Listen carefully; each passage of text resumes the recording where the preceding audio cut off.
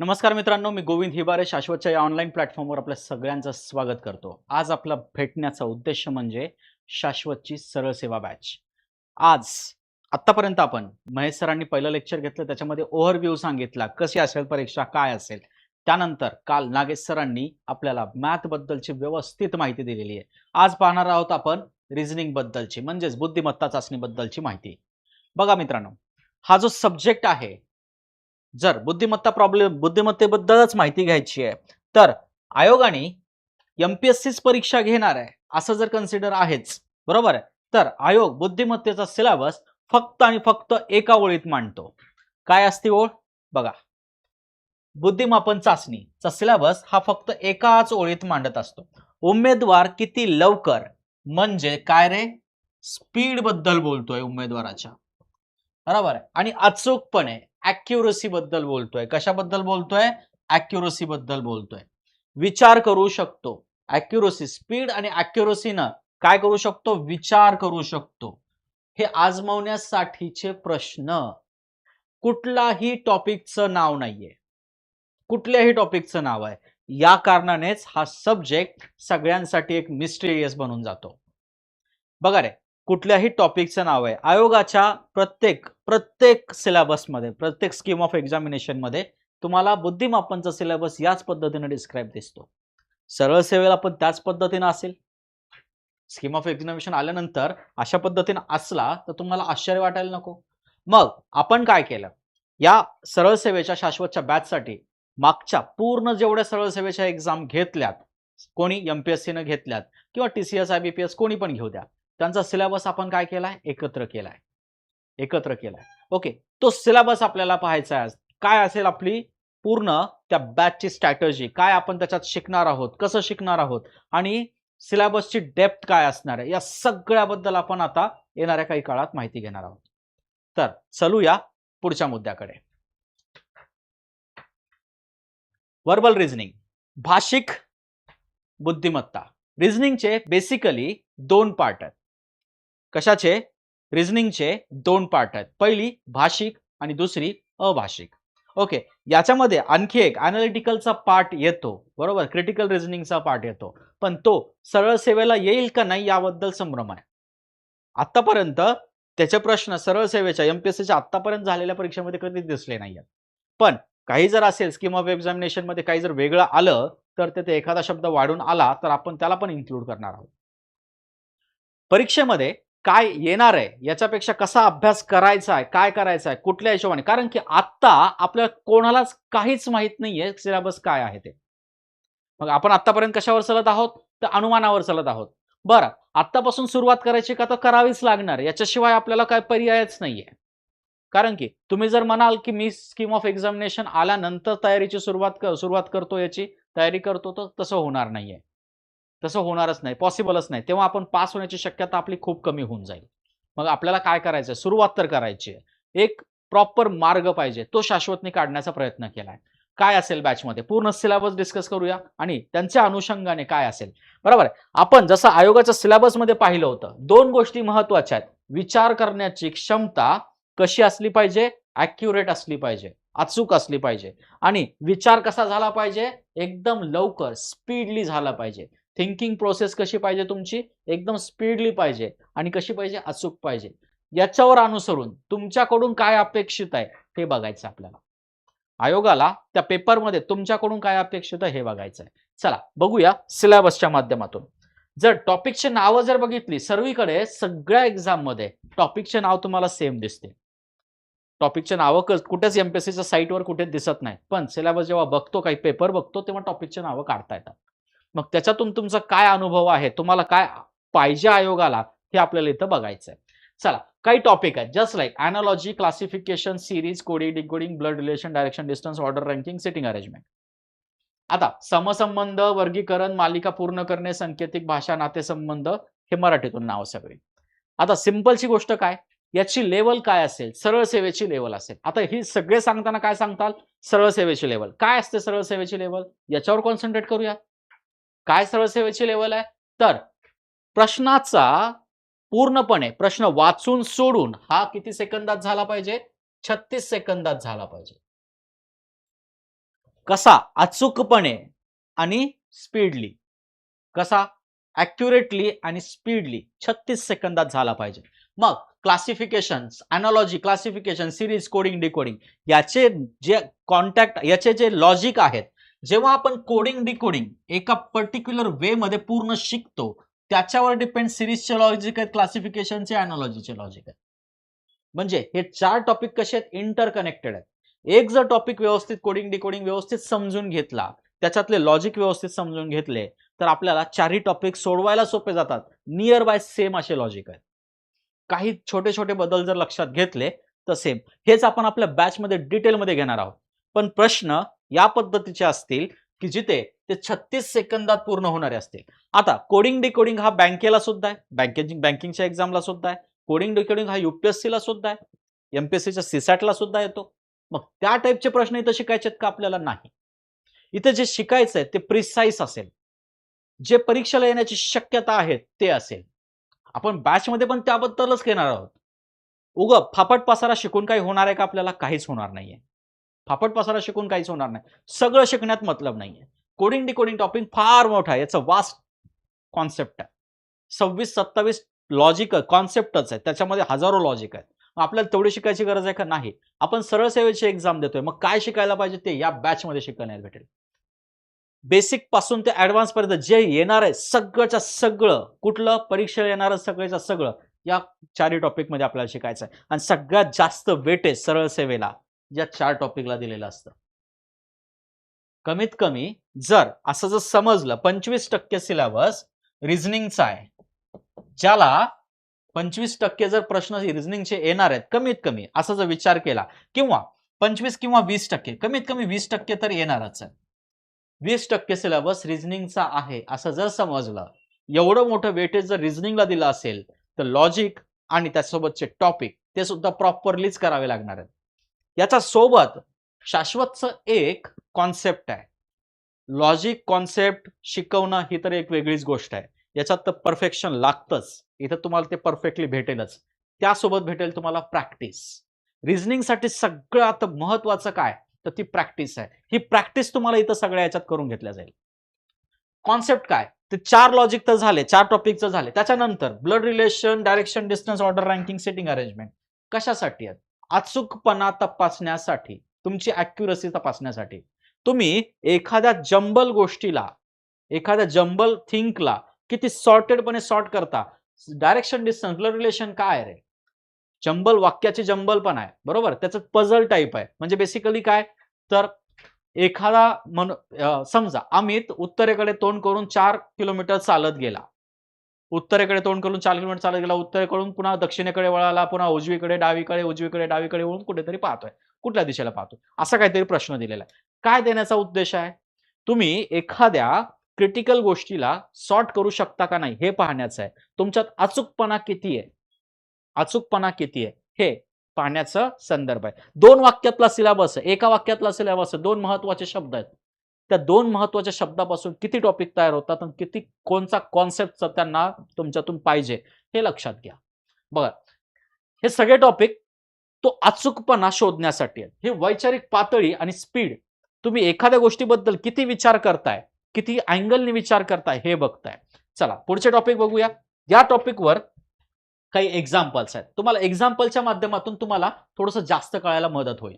Just like आता coding डिकोडिंगचा सिंपलचा प्रश्न आहे. याच्यासाठी तुम्हाला काय लागेल? बेसिक लॉजिक माहिती पाहिजे असलं पाहिजे की हा कोड एक तर पोझिशन ऑफ अल्फाबेटनी केला असेल, रिव्हर्स अल्फाबेटनी केला असेल, असे मल्टिपल लॉजिक तुमच्या डोक्यात ॲट अ टाइम क्वेश्चन बघितल्या आले पाहिजे. बरोबर? याची प्रॅक्टिस कुठं करायची? आपल्याला बॅचमध्ये करायची, जी 15 तारखेपासून सुरू होतीये. ओके, बॅच फार डिटेलमध्ये असेल. असंच कुठला प्रश्न आहे हा? 5व्या क्रमांकावर आहे. रँकिंगचा प्रश्न आहे. कशाचा? रँकिंग. रँकिंगचा प्रश्न आहे. कोण कुठे बसलेला आहे? उजव्या बाजूला, डाव्या बाजूला, 5व्या क्रमांकावर, 7व्या क्रमांकावर. जंबल अरेंजमेंट असते शब्दांची, वाक्यांची. तो किती सॉर्ट करतो, अचूकपणा किती आहे एखाद्या गोष्टीमध्ये आणि किती स्पीडली सॉल्व्ह करतो याचा प्रश्न आहे. हा प्रश्न तुम्हाला 36 सेकंदात पूर्ण करायचा असतो. 36 सेकंदात. ओके, मग ही कला आली पाहिजे तुमच्यामध्ये, वाचन कला. तुम्ही स्पीडली वाचणं, त्याच्यावर विचार करणं आणि ते सांगणं, त्याचं उत्तर टिक करणं, हे 36 सेकंदात पूर्ण कार्य झालं पाहिजे. याची प्रॅक्टिस आपण तिथं करणार आहोत. कॉन्सेप्ट समजून घेऊन प्रॅक्टिस पण तिथं करायची आपल्याला. आफ्टर दॅट बघा, हा प्रश्न सिंपलचा आहे. कशाचा?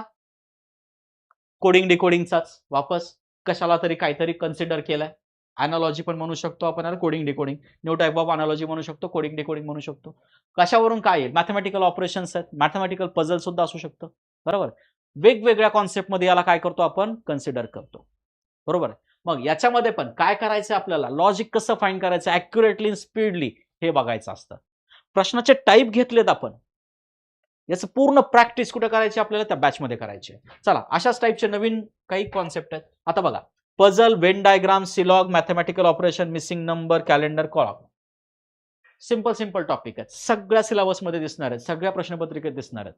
आयोग म्हणलं, एमपीएससी म्हणलं की त्याच्या आवडतीच्या टॉपिकमध्ये Wien diagram, syllog, mathematical operation, त्यानंतर पझल तर आतापर्यंत ग्रुप सी ला पझल फार कमी प्रमाणात होते, पण जेव्हा तुम्ही सरळ सेवेला जाल, मिनिमम व्हेरिएबलचे पझल खूप विचारतात. आतापर्यंतचा अनुभव जेव्हा बघितला आपण, मागचे 5-6 पेपर सरळ सेवेचे जे एमपीएससीने कंडक्ट केलेत, त्यांचे जर पेपर बघितले तुम्ही, त्याच्यामध्ये पझलची कॅपॅसिटी आहे.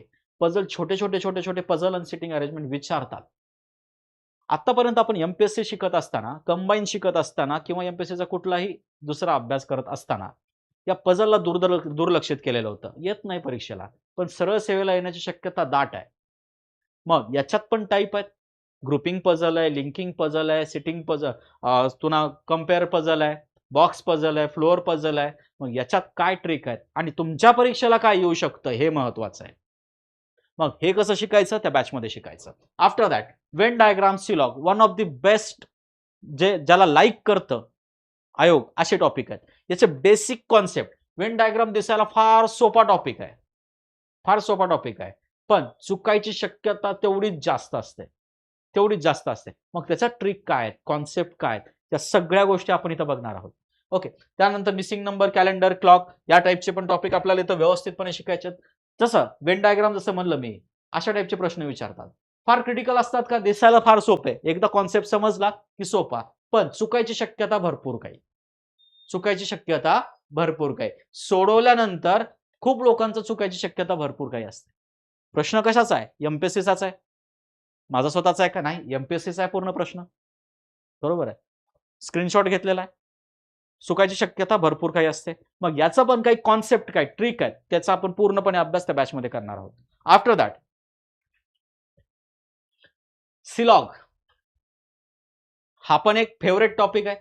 याचे पण कॉन्सेप्ट कुठले कुठले असेल, इदर ऑर असेल, कुठला अजून ऑल, सम, नो, सगळा कॉन्सेप्ट व्यवस्थितपणे वेन डायग्रामनी सोडवायचा आहे का AEIO सोडवायचं आहे, 50-70%, 50-25 आणि 100% सोडवायचं आहे, हे सगळं बघणार आहोत. इझी मेथड काय, सरळ सेवेला काय येऊ शकतं, कुठली मेथड आपल्याला उपयोगात येऊ शकते, याचं डिटेल स्टडी केलेला आहे. कुठल्या मेथडने आपला आन्सर बरोबर येईल हे सगळं बॅचमध्ये शिकवलं जाईल. क्वेश्चनवरून कुठला आन्सर विदिन 10 सेकंद हे उत्तर आले पाहिजे तुम्हाला. फक्त डायग्राम काढणं आणि आन्सर बघणं हे आले पाहिजे. याच्यामध्ये जर टाइम वाचवाल तर तुम्ही तो टाइम युटिलाइज करू शकाल मॅथला. रिझनिंग एवढी महत्वाची का बरं आहे? रिझनिंग एवढी महत्वाची का बरं? याचं कारण एक आहे, याच्यामधला सेव्ह केलेला टाइम तुम्हाला मॅथमध्ये कॅल्क्युलेशनसाठी वापरता येईल. त्यामध्ये क्रुशियल रोल सांभाळतोय रिझनिंग. जर वेटेज दोघाला 20-20% जर आलं, 20 मॅथचे एक्झाम्पल सॉल्व्ह करणं खूप लेंदी प्रकार आहे. त्या परीनं रिझनिंगचे 20 सॉल्व्ह करणं फार सोपा प्रकार असतो. याच्यात जर वेळ वाचवाल, याच्यातला वेळ त्याच्यात युटिलाइज करू शकाल. याच्यातला वेळ त्याच्यात युटिलाइज करू शकाल, घेऊ शकाल. बरोबर. मग स्कोर वाढायचे चान्सेस भरपूर असतात. त्यामुळे तेवढाच क्रुशियल सब्जेक्ट आहे आणि डिटेलमध्ये शिकणं गरजेचं आहे. जोपर्यंत बाय प्रोडक्ट म्हणून याला कन्सिडर करणार आहेत तुम्ही, तोपर्यंत तुम्हाला फायदा भेटणार नाहीये. बाय प्रोडक्ट म्हणून कन्सिडर करू नका. मॅथ सोबत रिझनिंग शिकू नाही. शाश्वत मध्ये हेच याची यूएसपी आहे. मॅथसाठी एक वेगळा टीचर आहे, रिझनिंगसाठी एक वेगळा टीचर आहे. कारण की दोन सब्जेक्ट वेगवेगळे आहेत. बरोबर आहे. हा कॉन्सेप्ट आहे. याच्याने काय होतं? डिटेलिंग होते. डिटेलिंग झाल्याने तुमचा सब्जेक्ट चांगला प्रिपेअर होतो. हेच प्रबोधनमध्ये सुद्धा झालं आणि हेच सरळ सेवेमध्ये सुद्धा होणार आहे. ओके. डिटेलिंग होणार आहे. सगळा सब्जेक्ट डिटेलमध्ये समजणार आहे. असाच कॉन्सेप्ट काय? मॅथमॅटिकल ऑपरेशन आहे. हाच सिलेबसला कुठे आहे? मॅथमध्ये. हाच सिलेबसला कुठे आहे? मॅथमध्ये. पण कुठल्या नावाने? सिम्प्लिफिकेशन नावाने. रिझनिंग मध्ये आला की याचं काय होतं, मॅथमॅटिकल ऑपरेशन होतं. काय होतं, याचे अर्थ बदलतात. काय दिलंय, गुणाकाराचा अर्थ आहे वजाबाकी, गुणाकाराचा अर्थ आहे वजाबाकी, म्हणजे इथं काय करायचे, पहिल्यांदा कन्व्हर्जन करायचे, मग ऑपरेशन करायचे. सिम्प्लिफिकेशन आहे पण पहिल्यांदा कन्व्हर्जन आहे. आला रिझनिंगचा कॉन्सेप्ट.